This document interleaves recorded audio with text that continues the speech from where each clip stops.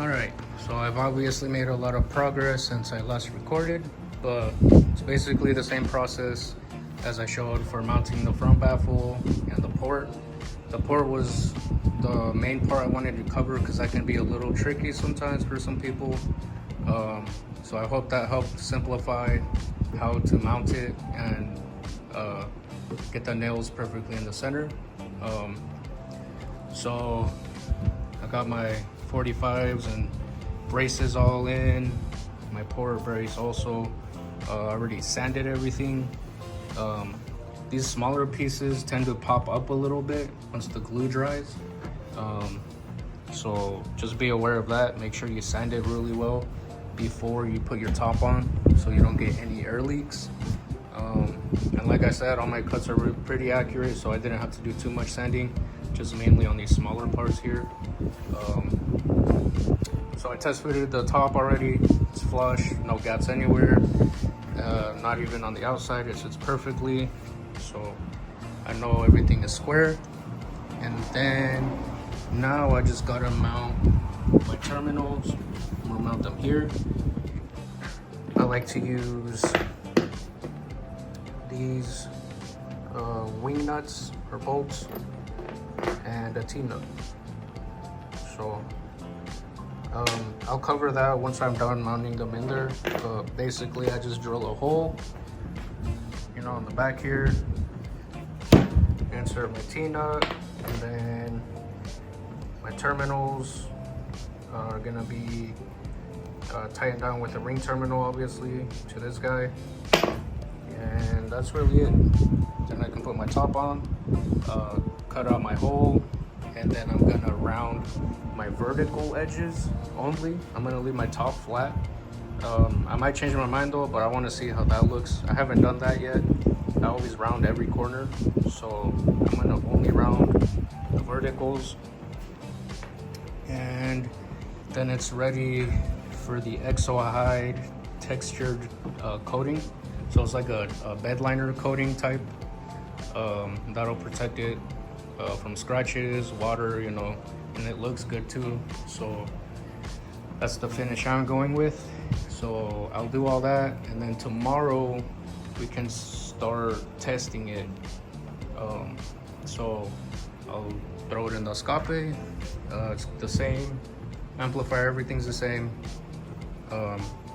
as the last two videos, and we'll see how it performs SPL wise, sound quality wise, and how low it can dig, which according to WinISD it's doesn't dig super low, but it's, you know, low enough for most people. Look at my hole. That's a nice hole. Oh yeah, got a little squiggly right there. I think the modelitos were hitting me right there, but I mean, that's pretty good. I've had better holes, but you know, yeah, it fits pretty good. I went a little bit over, like a 16th over, so there's a little bit of wiggle room, so which is fine. So that's how she's looking. Oh yeah. So I just gotta get the terminals back in there and then wire up the sub. Okay, holes are all drilled out, right? So now we take ourselves a screw we're gonna use to mount the woofer, and we're gonna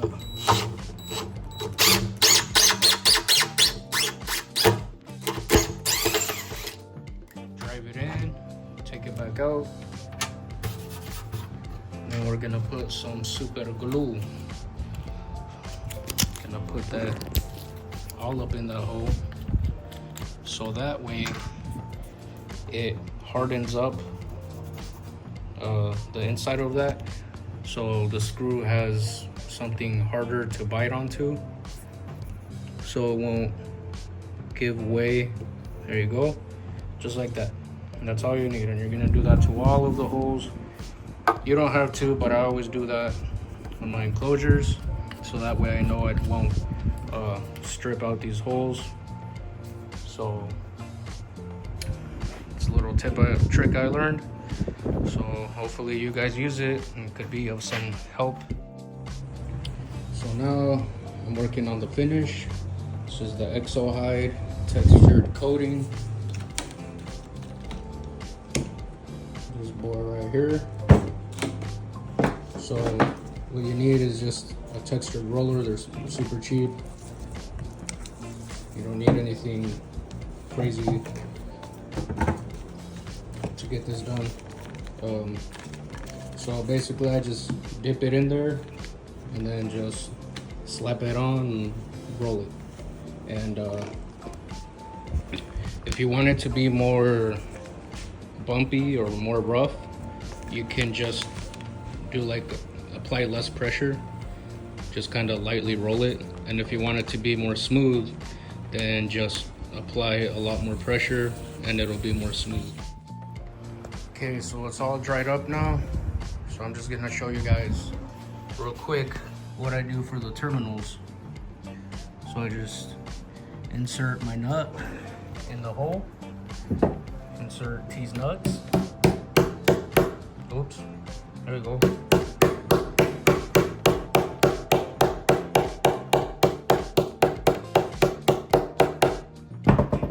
Just smack my nuts in the hole. Know what I'm saying?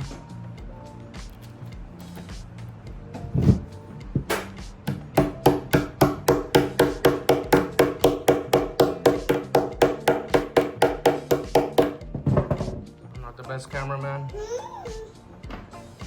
My child, you want to record? Here, record. Hold the camera. Hold it still. Yeah. No, okay. Vámonos.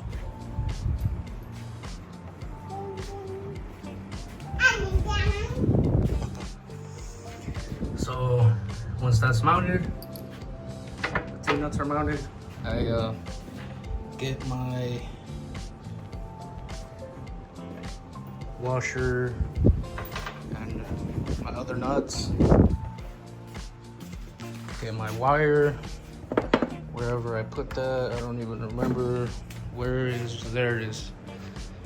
All right, so get your wire.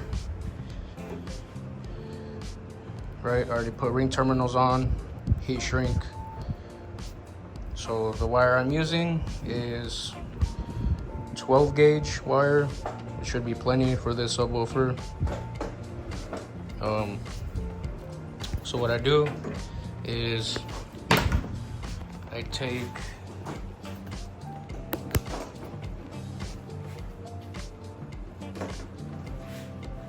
hold on, let me get this situated right. There we go. So I just put the bolt through and then I put the washer. Then I just screw that in through the hole to the T-nut. And then on the other side, I just use the T-nuts. Same thing with the, you know, another ring terminal like that. Pretend that the wall's in between these two. And then I just put the wing nut on there till it's tight. And we have a secure, good connection. And that's what I use. You can use a regular nut and bolt. Just make sure that it's zinc coated to protect it against the elements and whatnot. So, oh, my child is interrupting again. Go ahead, ma'am. Mind your way, I'm sorry. I'm sorry. Continue, please continue. There you go. Anywho's, so that's my terminals and my child. So we'll get that in, terminals in, woofer mounted, then we can finally start testing. I keep saying that, but we're actually gonna start testing pretty soon. So hang in there, and this long ass video is almost over. So here's how it looks in the scape, all finished up. Takes up quite a lot of space, but the scape doesn't have that much room, to be honest. So we'll see how it sounds. I already listened to it, obviously, just to see, get an idea, and it's pretty good. Like, sound quality is great. It still gets pretty low. So here's what I'm working with. It's a little dusty. Harmony Audio 800.1. All my gains and filtering were all set using an oscilloscope, so I know I'm getting a clean signal. So we're gonna test it with the driver's side door open, and the meter is a Basshead's garage decibel meter. Gonna have that in the kick panel. So we're gonna start with setting it to peak, and if you remember, we, according to NISD, it would peak at 46 hertz. So we're gonna start with 46 hertz on this tone generator and see what we get. There you go, 46 hertz, and we'll see how loud we can get on the meter. So 46 hertz.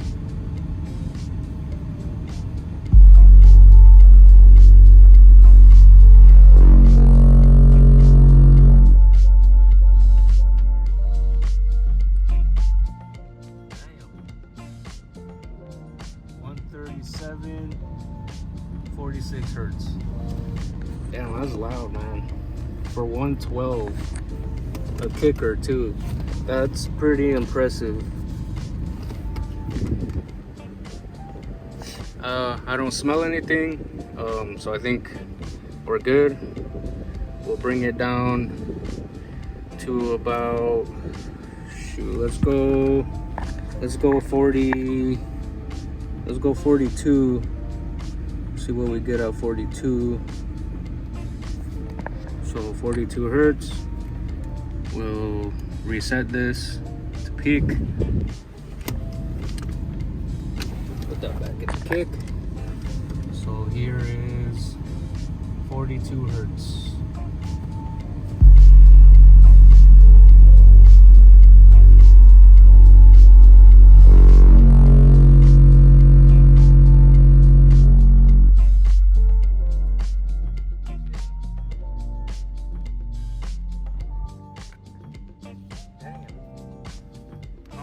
Man, I accidentally hit the button, but it looked like we got a 138 at 42. So damn, I mean, that's pretty good.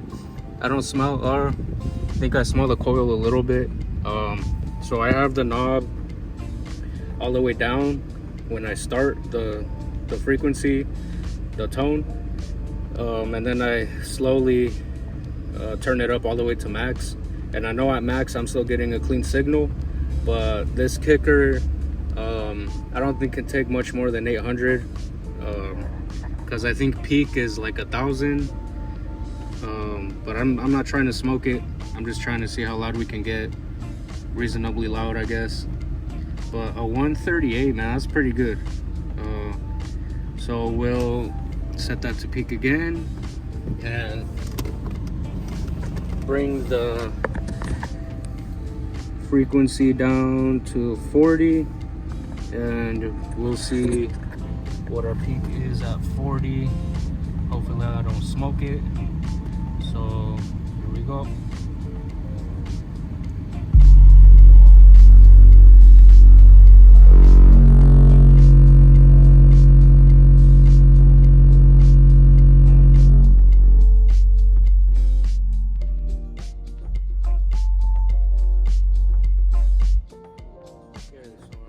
Going on, I don't know if the meter isn't reading right, but it's saying 46. I have the tone generator at 40 and it's still playing, saying 46. We got a 138, but that's at 46. I don't know if that's what I got on the last one too, because I accidentally pressed the button. So let me see what's going on there. I think if I press play on here versus pressing play on my... Oh, okay, yeah.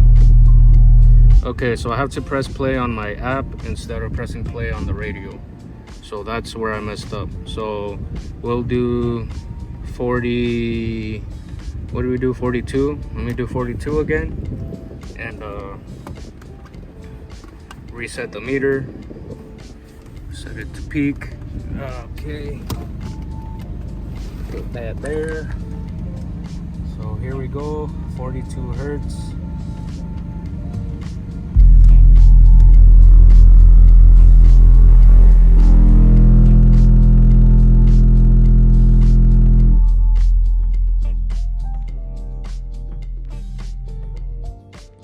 Pretty good. So 42 hertz, 136.5. So that's still pretty good. That's less than a decibel, or around maybe a decibel quieter. So nice. All right, reset this again. Set to peak. Damn, my back. Ooh. Don't be a mechanic, guys. Shit, my back hurts all the time. All right, so we're gonna do 40 hertz. Bass note all the way down. Slowly increase it to max. So here's 40 hertz.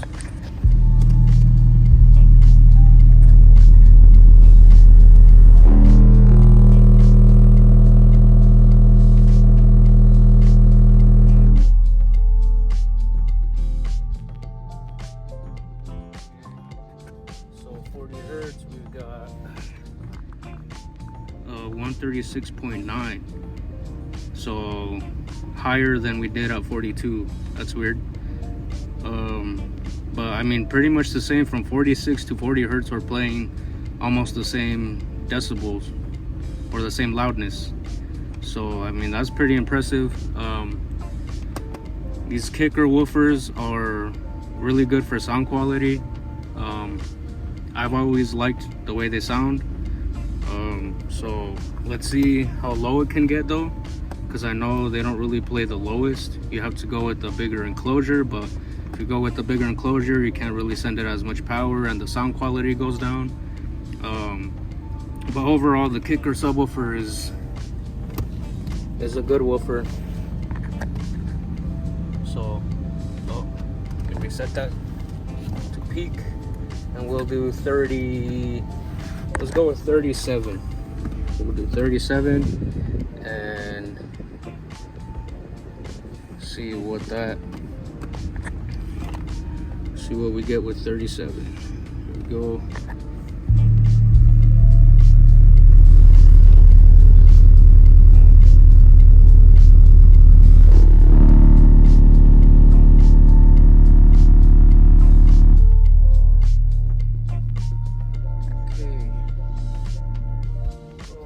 Really hurts.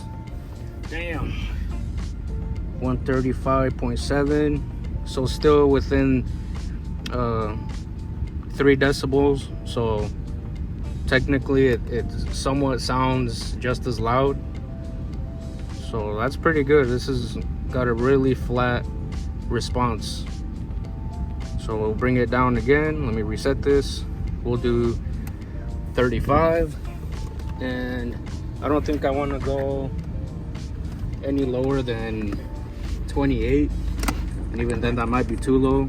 I'll probably start bottoming out and stuff. So like I said, I don't want to damage it, I don't want to burn it up, but we might go down to 28. So we'll do 35 right now and work our way down to 28. Turn that down. So 35 hertz.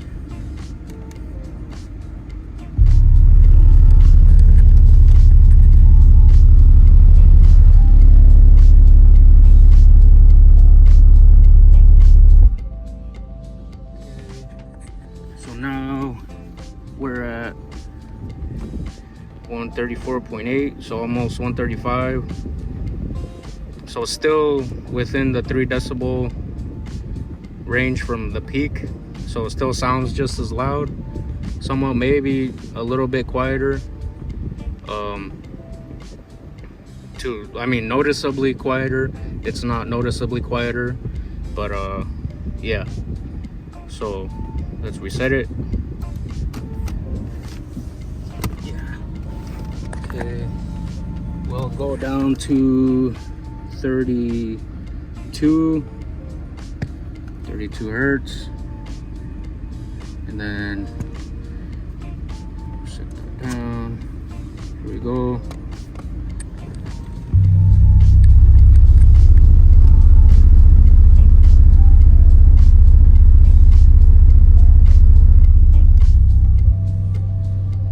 Okay, so that was noticeably quieter, and it shows we're at 132 at 32 hertz.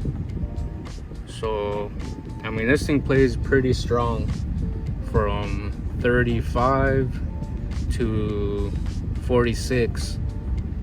So I mean, that's really a really good range for all music, honestly.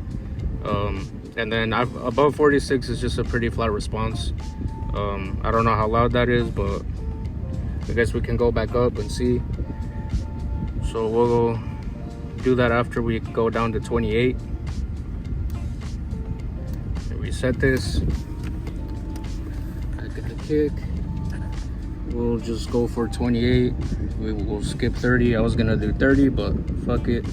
28. Hope I don't damage the speaker, but we'll find out. So here we go.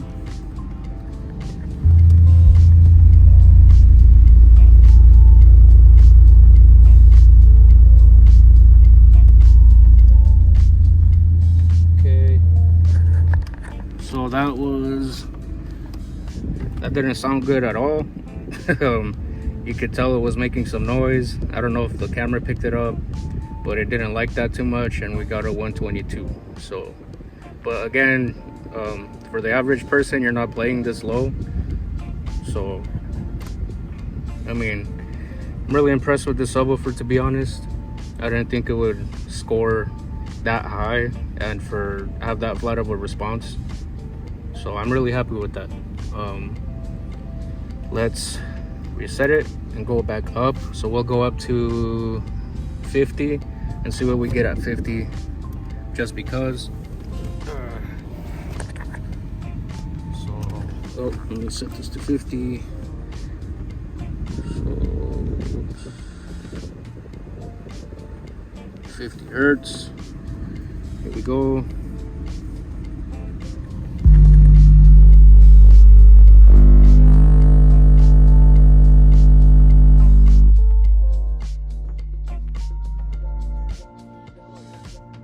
We're still plenty loud at 50. We're at 136. So that just widened our bandwidth from 35 to about 50, and we're almost the same on the decibel meter. Damn. That's really impressive, honestly. I didn't think it would do that good. Okay, let's go up some more. See what we get. Oh shit. Oh, my back. Yeah. Okay. Reset it. We'll go up to 55. So here we go, 55 hertz.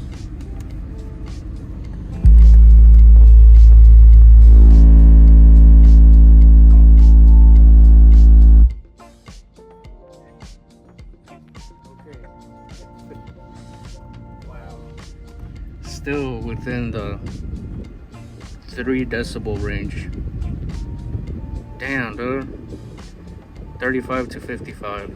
So that's a 20 hertz range that it's playing almost the same loudness. It's not noticeably quieter from 35 to 55. Damn, dude, that's really good. All right, so if you guys are considering the Kicker Comp R12, I would definitely try it out and see how you like it. And of course, it's probably got a lot to do with the enclosure. I made a chingon enclosure, so it got down. It's a little bit warm, nothing crazy. I don't smell anything. Give it a sniff with my schnoz. We're good. Oh yeah. That pretty much concludes this video, I guess. The Kicker Comp R12 honestly is a great woofer. If you want sound quality, you want it to dig decently low. For the average person, it's probably low enough. It could dig lower if you tune it to 28 hertz, but I was kind of limited because, like I said, I built this out of scrap wood, and that's just the measurements I had, so that's what I went with, is 34 hertz. And another thing to consider with this woofer, it obviously didn't peak at the tuning frequency of the enclosure. It peaked at 46 because it's a SQ woofer. So if it were an SPL woofer, like a Scar, a Def Bonds, you know, any SPL woofer, that would peak at the tuning frequency of the enclosure. So just be aware of that. SQ woofers are different than SPL woofers, and as far as the tuning frequency you set it to. So I think that's it for this one.